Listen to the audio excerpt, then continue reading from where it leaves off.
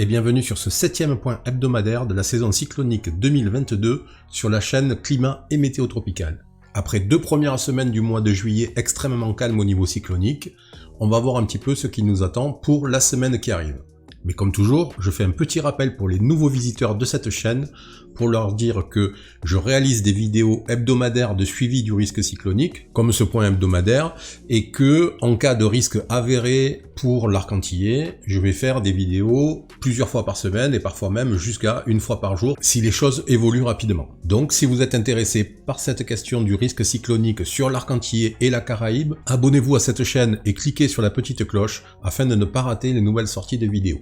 Et puis pour ceux qui veulent aller plus loin, bien sûr, comme toujours, vous pouvez vous abonner à la zone privée de Météo Tropicale qui vous donnera accès à un groupe privé sur Facebook ainsi qu'à des canaux dédiés à chacune des îles françaises de l'arc antillais sur Telegram. Mais venons-en maintenant à ce qui nous attend pour cette semaine. Comme on le voit sur la carte du site Météo Tropicale, le NHC ne suit aucun système en Atlantique aujourd'hui. Ça a été comme ça la semaine dernière et ça a été comme ça la semaine d'avant. Alors c'est une très bonne nouvelle pour cette semaine et pour tout le monde, bien entendu, mais c'est assez étonnant dans le sens où il est extrêmement rare, et je me demande même si c'est déjà arrivé, de ne voir absolument aucun système monitoré par le NHC sur les 3 premières semaines du mois de juillet. J'ai pas souvenir en tout cas de l'avoir vu ces 10-12 dernières années. Alors, on va avancer un petit peu pour voir en détail ce qu'il en est. Tout d'abord, on a la carte d'analyse de surface du NHC de ce matin à 6h. Alors rien de bien particulier sur cette carte, on voit que l'anticyclone est entre 30 et 35 nord, donc sur une position quand même plutôt sud, avec une petite extension, une petite dorsale qui part vers les Bermudes là. Il n'est pas très puissant, 1026, on a connu 1033, 1034, c'est la semaine dernière, donc ça reste assez peu élevé. Bon, on voit l'isobar 1016 est à peu près sur 15 nord au niveau de la zone de développement majeur. Compte tenu de la position quand même assez ouest de l'anticyclone, c'est-à-dire que là il est vraiment sur 40-45 ouest, on a l'isobar 1016 qui remonte vraiment sur la côte africaine, mais rien de plus à signaler. On a l'onde qui a traversé le sud de l'arc antillais qui a apporté énormément de pluie sur la Martinique samedi qui se trouve ici.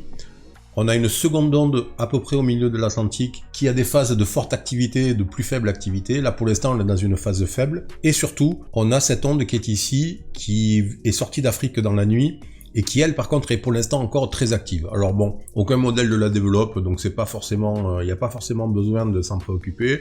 Et on a encore une fois, comme la semaine dernière, une petite zone de basse pression ici, à 1006, au niveau de la mousson. Mais rien de particulier, rien à signaler vraiment sur cette carte-là.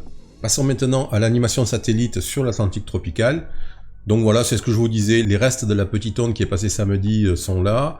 Ici, on a l'onde sur le centre atlantique à peu près, donc vous voyez, elle est dans une phase assez calme, mais il n'est pas impossible que la convection reparte, et que donc, en cours de semaine, on ait un épisode un petit peu pluvieux, au moins sur la moitié de l'arc antillais.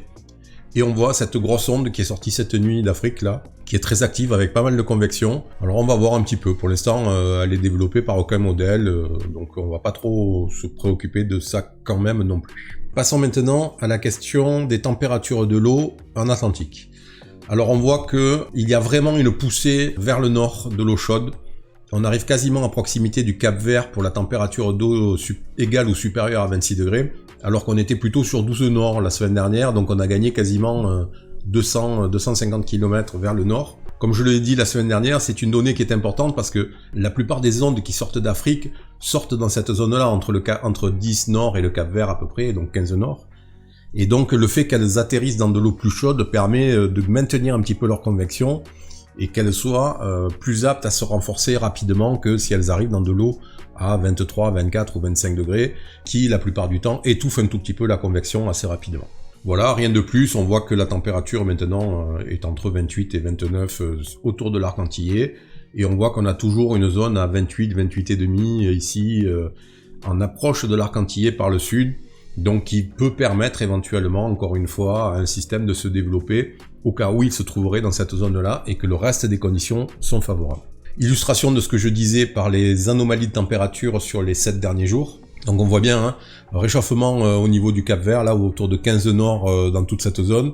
Donc ce qui fait que globalement, la température de l'eau un petit peu chaude a tendance à grignoter doucement du sud vers le nord, et ça se retrouve jusqu'ici en fait. Donc on voit bien que maintenant on va avoir une rupture autour de 15 nord à peu près, et ça devient relativement favorable désormais pour que les ondes qui sortent d'Afrique trouvent des conditions au moins en termes de température de l'eau pour récupérer de l'énergie et pouvoir maintenir une convection assez forte au niveau de l'océan. Alors, petit coup d'œil sur le cisaillement maintenant sur l'Atlantique. Alors, depuis 15 jours, le schéma global du cisaillement a pas mal changé. C'est-à-dire jusqu'au début du mois à peu près, on était dans un cisaillement de secteur ouest qui traversait l'arc antillais et était assez régulier quasiment jusqu'en Afrique. On voit que cette zone de cisaillement petit à petit est remontée vers le nord, donc c'est assez logique, hein, c'est un schéma qui est assez normal pour la saison. Et ensuite on va trouver de manière conjoncturelle des zones de cisaillement comme ici qui vont être liées à divers mouvements atmosphériques en altitude essentiellement, et qui peuvent parfois en effet créer une zone de cisaillement fort. Mais globalement quand même, on rentre dans la période, on est rentré maintenant depuis plus de 10 jours dans la période où le cisaillement devient assez faible sur l'Atlantique. Alors c'est assez logique, hein, parce que les épisodes de la Niña, comme l'on est maintenant depuis quasiment un an et demi, sont des épisodes qui sont favorables à la baisse du cisaillement sur l'Atlantique tropical en général et sur la zone de développement majeur en particulier. Et contrairement aux épisodes El Niño où le cisaillement est globalement plus fort, ce qui explique que les saisons El Niño sont des saisons bien moins actives, aussi bien en termes de nombre de systèmes que d'intensité. Alors si on avance un petit peu dans le temps cette semaine, on voit que globalement la situation est finalement assez stable. Voilà, c'est ce que je vous disais, donc vous voyez, de manière épisodique et conjoncturelle, on peut avoir un petit renforcement sur l'arc ou à certains endroits ou autres, mais globalement quand même dans l'ensemble, le cisaillement est faible à moyen sur la totalité de la zone de développement majeur, à part vraiment ici pendant encore quelques jours. Mais on voit, voilà, ça va baisser, donc ça diminue. Là, par exemple, vous voyez, on est à 132 heures. Là, sur la zone de développement majeur, il y a quasiment plus de cisaillement. Donc, c'est à prendre en compte parce que forcément, moins de cisaillement fait que les ondes peuvent plus facilement se renforcer. Passons maintenant à l'air sec et au sable.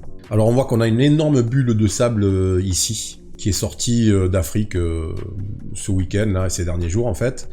Donc, se déplace vers l'ouest. On a quelques petits résidus qui sont ici, et on voit que l'arc antillais, on a un petit peu d'air sec, mais c'est pas très très important. En tout cas, ça l'est beaucoup moins que la semaine dernière, où il y a eu un épisode absolument terrible, notamment en Martinique, où je me rappelle, on voyait pas quasiment d'un côté à l'autre de la baie de Fort-de-France, c'était assez terrible. Donc toujours pareil, hein, le sable descend assez au sud, hein, tout simplement parce qu'il est dans un flux de surface qui longe les isobars 1016 et 1012 avec un gradient de pression assez fort, et donc on retrouve du sable vraiment extrêmement au sud et de l'air sec extrêmement sud jusqu'à, vous voyez, quasiment 6-7 nord. Voilà, donc bon, rien de particulier, sauf que c'est bien qu'on ait cette situation-là, parce que comme on l'a vu, l'eau réchauffe beaucoup dans cette zone. Le cisaillement pour l'instant y est important, mais va faiblir, et donc si on peut avoir du sable ici, ça va quand même pas mal limiter les velléités de renforcement des ondes qui vont sortir d'Afrique. Et là, on voit très bien dans cette zone-là l'onde que je vous ai montrée sur l'animation satellite. Alors, si on regarde la prévision de la modélisation, on voit bien notre bulle là qui est sortie. On voit qu'il y a quand même toujours beaucoup de sable et d'air sec sur l'Afrique, et que à nouveau, il va en ressortir un petit peu là, on va dire en milieu de semaine à peu près, avec un endroit vraiment très très chargé. Bon, ça reste une modélisation, hein, donc ça vaut ce que ça vaut, à ne pas prendre au pied de la lettre, mais voilà, ça donne une petite idée. Donc a priori, dans la semaine, il ne devrait pas y avoir de panne de brume de sable sur la zone de développement majeur, même si on voit que en fin de période, à 10 jours, ça devrait commencer à remonter un petit peu. Mais encore une fois, c'est une prévision, donc ne pas trop s'y attacher, c'est juste une information. Donc voilà, là on voit qu'on a un petit creux là dans cette période-là, 80 heures à peu près, mais il n'est pas dit qu'on ait quand même un système qui soit là et qui puisse se renforcer à ce moment-là. Passons maintenant à la prévision du GFS pour les prochains jours. Donc on voit, hein, ça c'est la situation que l'on a vu tout à l'heure sur l'analyse de surface du NHC. Alors si on avance un tout petit peu, on va voir que globalement il ne se passe pas grand-chose. Donc là on a cette zone, vous voyez, c'est l'onde que l'on a vue tout à l'heure qui est en sortie d'Afrique, mais on a un petit creux de pression à 1010, quelque chose comme ça, mais pas vraiment marqué. Et puis on voit, des petits artefacts. Là, il y a voilà. Alors il y a un petit truc assez amusant parce que depuis hier c'est comme ça. On a un petit minimum de pression qui se balade et qui monte et qui descend là au niveau du Cap-Vert, mais rien de bien particulier. Et on voit que globalement, il se passe pas grand chose quand même sur le bassin atlantique pour les 10 prochains jours. Donc c'est plutôt une bonne nouvelle. On va faire la même chose pour le modèle européen ECMWF et on va voir que globalement la prévision est similaire. Alors il y a un petit truc dont je vous ai pas parlé, parce que c'est vraiment le CMWF qui le voit. Vous voyez, on a une zone là en sortie d'Afrique, quasiment au niveau du Cap Vert ici. Donc là vous voyez c'est à 15 heures, et puis qui est quand même bien vu en termes de minimum de pression là, qui gonfle un petit peu. Et on va voir tout, dans l'écran d'après que les ensembles des membres du modèle CMWF voient aussi un petit peu quelque chose, mais rien, pas de développement vraiment inquiétant à venir, mais un petit quelque chose. Donc voilà, si on continue à avancer sur les 10 jours, on voit que globalement il se passe pas vraiment grand chose. Voilà. Alors, la petite chose qu'on a vu aussi tout à l'heure sur le GFS, c'est que l'anticyclone va avoir tendance à pas mal se déplacer vers l'ouest pour s'approcher tout doucement des Bermudes. Alors ce qui a pour effet, comme toujours, hein, de ramener les isobars, dont notamment le 1016 comme ça, à traverser l'arc de manière assez horizontale de secteur est-ouest, et donc imposer une trajectoire quand même assez rectiligne des éventuels systèmes qui pourraient se développer.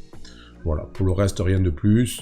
Donc on a cette petite zone là qui est suivie, et vous allez voir dans l'écran d'après, ça excite un tout petit peu les membres du modèle statistique, mais bon, rien de plus. Donc continuons, voilà, c'est ce que je vous disais, vous voyez, donc ça c'est le modèle ECMWF, mais pas la version déterministe avec une seule sortie, mais les membres en fait. Et donc on voit bien que là, sur cette zone-là, pour les 10 jours à venir, les membres de l'ECMWF voient quelque chose, mais ils sont absolument pas d'accord sur ce que ça va être, où ça va aller, ce que ça va donner. Donc quand il n'y a pas de consensus du tout comme ça, et que c'est même, on va dire, un petit peu le bordel, entre guillemets, passez-moi l'expression, on peut penser que ça donnera pas grand-chose. Pour finir, comme d'habitude, un petit coup d'œil sur l'animation satellite au niveau de l'Afrique occidentale.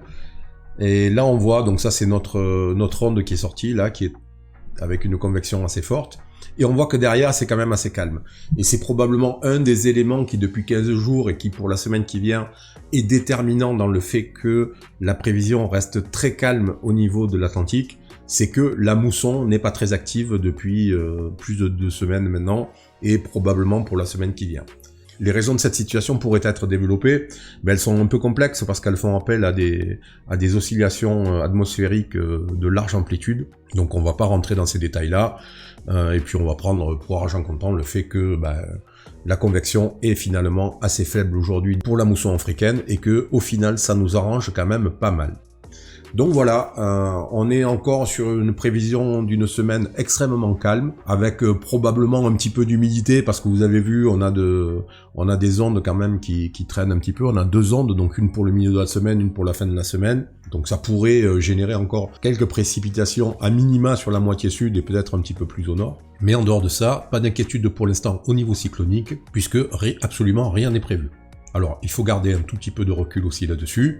Ce n'est pas parce que les modèles ne voient rien à 7 jours qu'il ne va se passer absolument rien à 7 jours. On entre dans la période qui commence à être de plus en plus active de la saison, et il faut rester vigilant et garder un œil sur tout ce qui se passe sur l'Atlantique dorénavant. Voilà. Écoutez, ce point rapide aujourd'hui est terminé. Je vous souhaite un bon lundi, une bonne semaine. Faites attention à la chaleur pour ceux qui sont dans l'ouest de la France, parce que aujourd'hui c'est extrêmement violent. Et puis voilà, et je vous dis à lundi prochain à la même heure s'il ne se passe rien d'ici là. Et puis s'il se passe quelque chose, on se retrouvera à ce moment-là. Voilà, bonne journée, bonne semaine et à bientôt. Salut!